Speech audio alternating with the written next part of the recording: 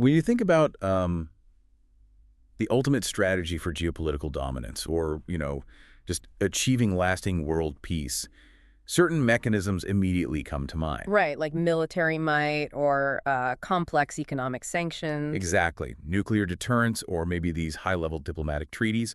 Yeah. But what if the most powerful weapon for global transformation was, well, none of those things? This is a crazy thought. It is, because in 1984, at like the absolute freezing point of the Cold War, there was one speech that proposed a radically different approach, and that was extreme unconditional love. I mean, it sounds incredibly naive when you first hear it, right? Yeah, totally. Suggesting love as a geopolitical tool during a time when the world was, essentially split into two heavily armed camps, the democratic world and the communist world, it feels almost absurd. Like a bumper sticker slogan or something. Exactly. But when we examine the actual architecture of this argument, it reveals this deeply complex framework, one that blends theology, some really sharp geopolitical analysis, and a demand for radical altruism. So, today we are looking closely at excerpts from a speech titled The Formula for World Peace, The Power of Invincible Love.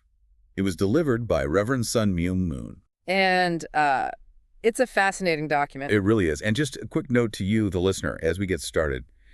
Because this deep dive touches on intense political and religious themes from that specific 1984 era, our mission today is purely exploratory. Right. We aren't here to take a side. Definitely not. We certainly aren't endorsing the viewpoints presented in the text. Our goal is simply to put these ideas on the table exactly as they were presented and, unpack the internal logic driving them. We are essentially acting as your guides through the mechanics of this perspective. Yeah.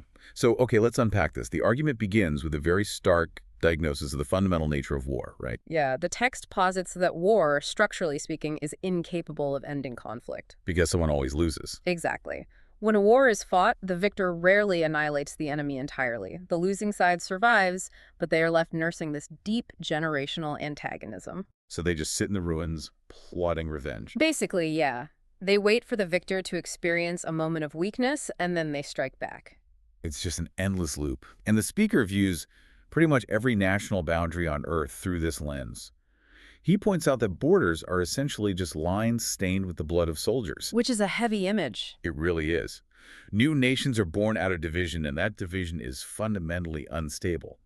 So in 1984, the text views the ultimate expression of this historical instability as the clash between democracy and communism.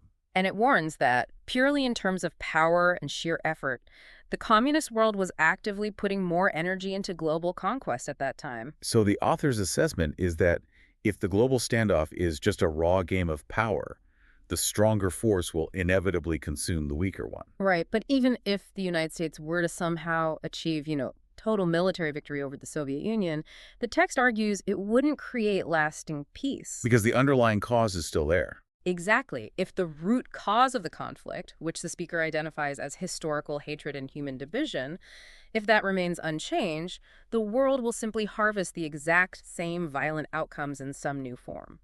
I am kind of stuck on this critique of the communist approach, though, specifically regarding Karl Marx's theory of dialectical materialism. Oh, yeah, that's a crucial part of the text. Because if we look at human history, progress almost always requires friction. Like, we don't get civil rights or technological leaps without some kind of struggle. That's true. And dialectical materialism treats history like an engine. It requires the combustion of two opposing elements, a thesis and an antithesis, or in Marx's case, class struggle, to create forward momentum. Right. The engine needs friction to run. Yeah. So if you remove the opposing elements, doesn't the engine just stall? I mean, how does the text reconcile the idea that conflict is fundamentally unnatural with the historical reality of progress? Well, that engine analogy actually perfectly captures the philosophical tension the speech addresses. The text offers a direct mechanism to dismantle Marx's engine. Oh, really? How so? It argues that Marx looked at a profoundly corrupted world, experienced a contradiction with his own childhood faith, and just concluded that material struggle was the only actual god of history. Okay. Yeah. But then the speech lays this brilliant logical trap. It asks a really simple question. What happens at the end of history? Oh, I see where this is going. Right. If dialectical materialism claims that progress only results from struggle, what happens if communism actually achieves its ultimate goal of a global utopia? If they eliminate all external enemies, There is no more friction for the engine. Which leaves them with an impossible paradox. If their entire foundational theory of progress requires struggle, well, a peaceful global communist state means progress stops entirely. That makes total sense. To keep the engine of history moving, they would theoretically have to manufacture new internal enemies. Exactly. They'd have to start fighting among themselves. So the text uses this logical absolute to conclude that a peaceful communist world is structurally impossible, just based on its own underlying philosophy. Wow, that is a wild counterargument. The text also points out the hard limits of trying to force a utopia through sheer external dominance. Yeah, there's a great example in there. There's a specific detail mentioned where Soviet Russia suffered a severe 3-year drought. And the argument is that no matter how much iron-fisted tyranny a leader wields, they cannot stand in a dry field with clenched fists and command the rain to fall. Right. External power cannot bend nature or human nature into an ideal state. So if we accept the premise that political ideologies and external systems of power are fundamentally failing to solve the human condition, we have to look for the root cause elsewhere. And that's where the text shifts gears. It argues that political systems are merely treating the symptoms. To find the actual disease, it pivots to this deeply internal spiritual explanation. The concept of the human fall. Exactly. The theological premise here is that the human fall wasn't just like a bad action. It was a fundamental severing of the internal spiritual relationship between humanity and God. So human beings were basically originally designed to be conductors of unconditional love. But this fall short-circuited that wiring. That's a great way to put it. Humans and God became enemies. And because that internal mechanism was broken, it inevitably manifested externally. So human history just became a story of taking rather than giving. Yeah, driven by endless division and selfishness. Now, you might assume the text's proposed solution to a spiritual crisis is simply a call for more religion. Which would be the standard answer, right? Totally. But interestingly, the speech delivers a remarkably harsh critique of modern religion, particularly legacy Christianity. It really doesn't hold back. Not at all. It points out that despite being intended as the primary vehicle to heal these human divisions, religious institutions has completely fractured. Yeah, the speech points to the confusion among Christians in 1984. It even cites the existence of Christian Marxism. Which the text views as a complete oxymoron. Completely. It argues that denominations are splitting apart not over grand theological truths, but simply due to institutional ego.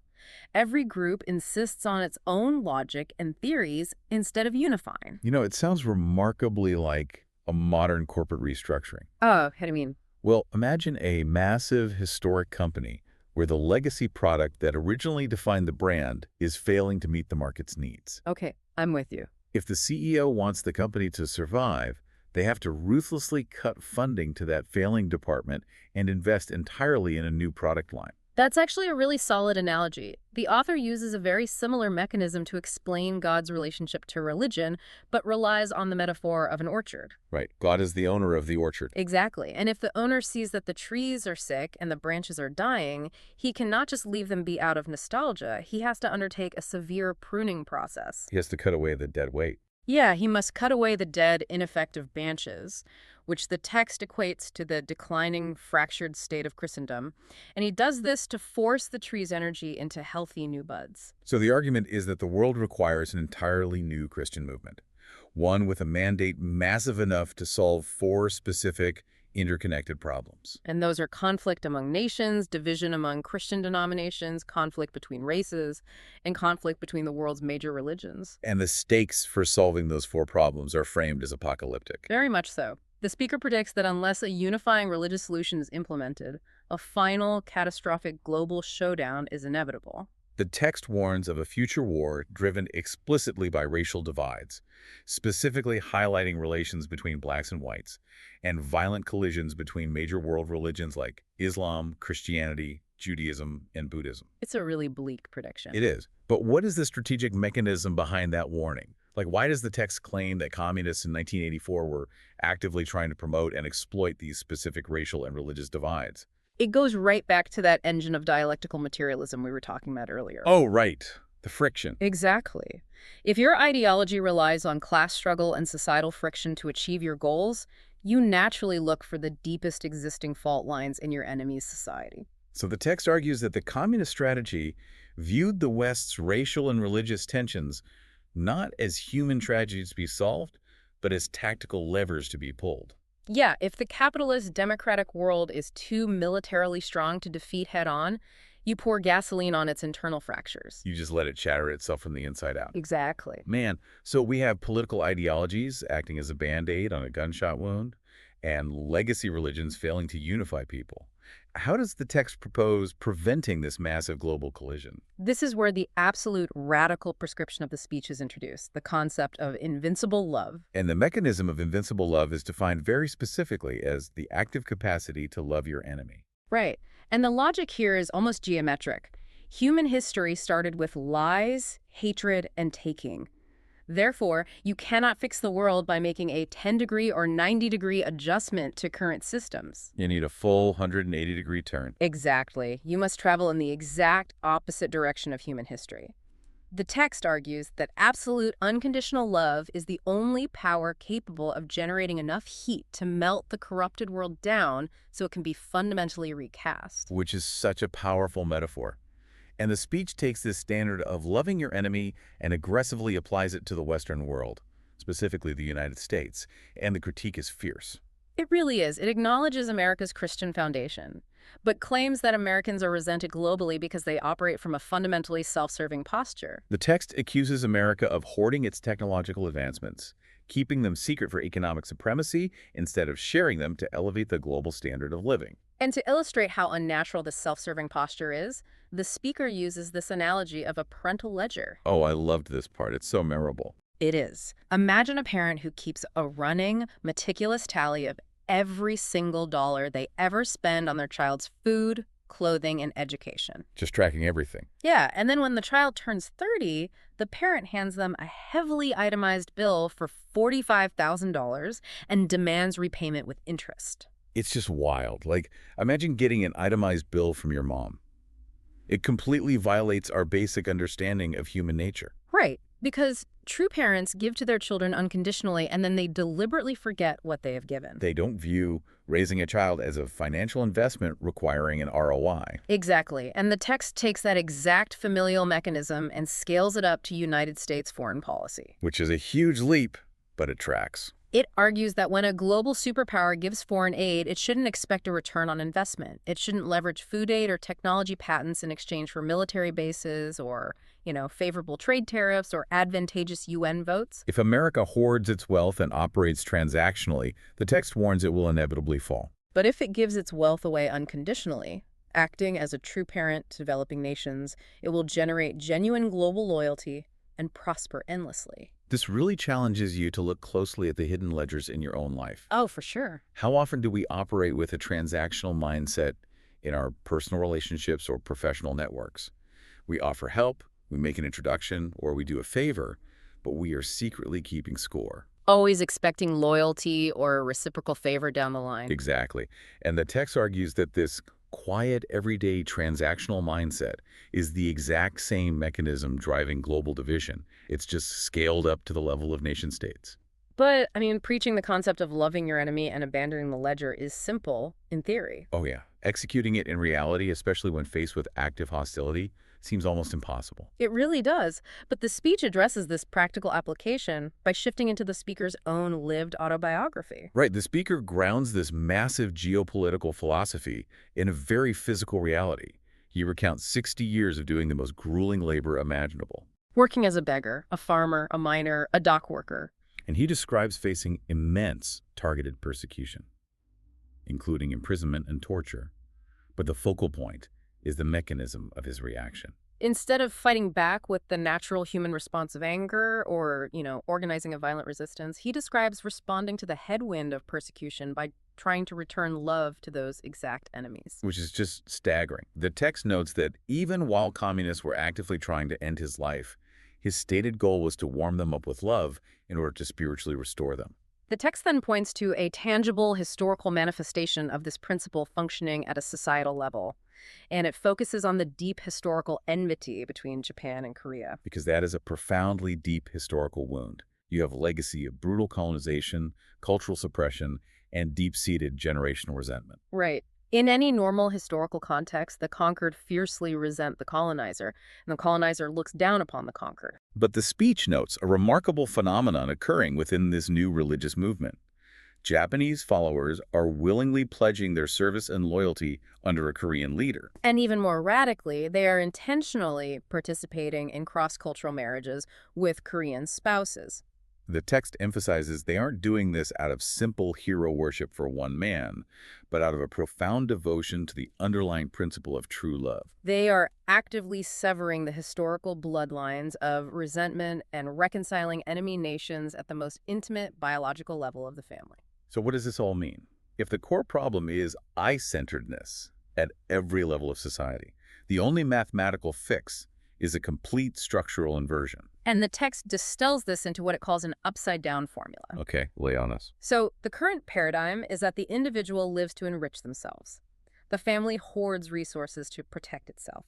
The nation fortifies its borders to serve its own interests. Right, standard self-preservation. Exactly. To actually fix the world, you have to completely invert that flow energy.